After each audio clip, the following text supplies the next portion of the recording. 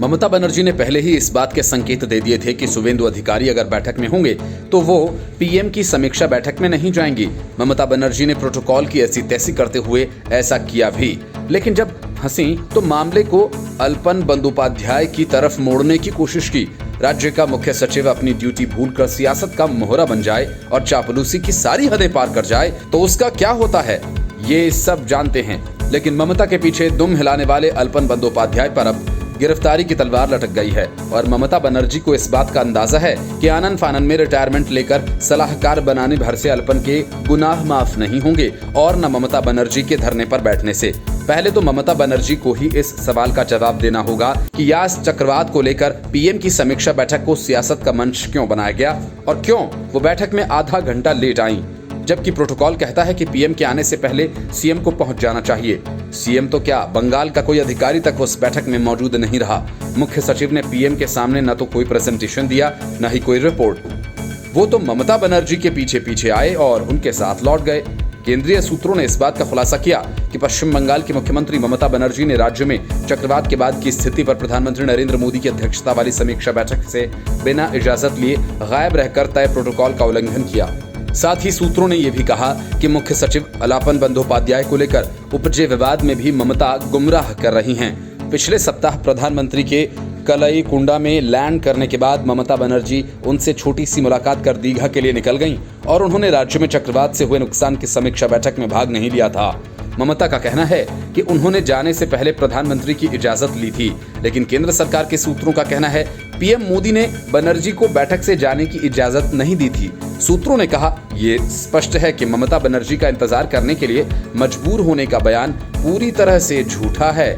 उसके उलट उन्होंने पीएम को इंतजार कराया था। सूत्रों ने यह भी दावा किया कि मुख्यमंत्री ने बैठक में शामिल होने की सहमति भी दी थी, लेकिन नेता विपक्ष शुवेंदु अधिकारी के शामिल होने की जानकारी मिलने पर अपना मन बदल दिया था।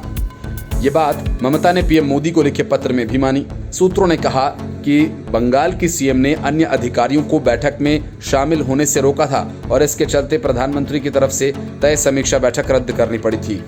सूत्रों का कहना है कि ममता ने ऐसा इसलिए किया था क्योंकि उन्हें एहसास हो गया था कि उन्हें बैठक खत्म होने तक इंतजार करना होगा। सूत्रों ने कहा कि ममता बनर्जी ने नेता विपक्ष की मौजूदगी के कारण समीक्षा बैठक का बहिष्कार किया। इसे केंद्र सरकार ने कोई मुद्दा नहीं बनाया क्योंकि ये मामला चक्रवात राहत गतिविधि का था। उन्हें सलाह दी गई थी कि पीएम बैठक के तत्काल बाद उनसे मिलेंगे क्योंकि इसके लिए ही वह राज्य के दौरे पर आए हैं। सूत्रों ने मुख्य सचिव बंदोपाध्याय को लेकर ममता के विरोध को असंवैधानिक और अनूठा बताया।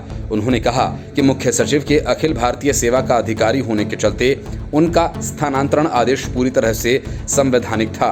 उन्होंने कहा कि मुख्य सचिव ने अपने संवैधानिक कर्तव्यों की उपेक्षा करने का चयन करते हुए पीएम के सामने कोई प्रेजेंटेशन नहीं रखा और न ही पश्चिम बंगाल सरकार का कोई अधिकारी उनकी समीक्षा बैठक में शामिल हुआ। सूत्रों ने इस पर भी जोर दिया कि अखिल भारतीय सेवा के किसी अधिकारी से राजनीति का हिस्सा बनने की उम्मीद नहीं की जाती और ममता ये सब जानती थीं, इसलिए बंदोपाध्याय की सेवानिवृत्ति उन्हें बचाने की आखिरी कोशिश थी। सूत्रों ने कहा कि मुख्य सचिव की सेवानिवृत्ति दिखाती है कि ममता बनर्जी बैकफुट पर हैं। वह जानती हैं कि इस मामले में तथ्य मुख्य सचिव के खिलाफ हैं और अखिल भारतीय सेवा का अधिकारी होने के नाते उनके व्यवहार के चलते कड़ी अनुशासनात्मक कार्यवाही संभव है।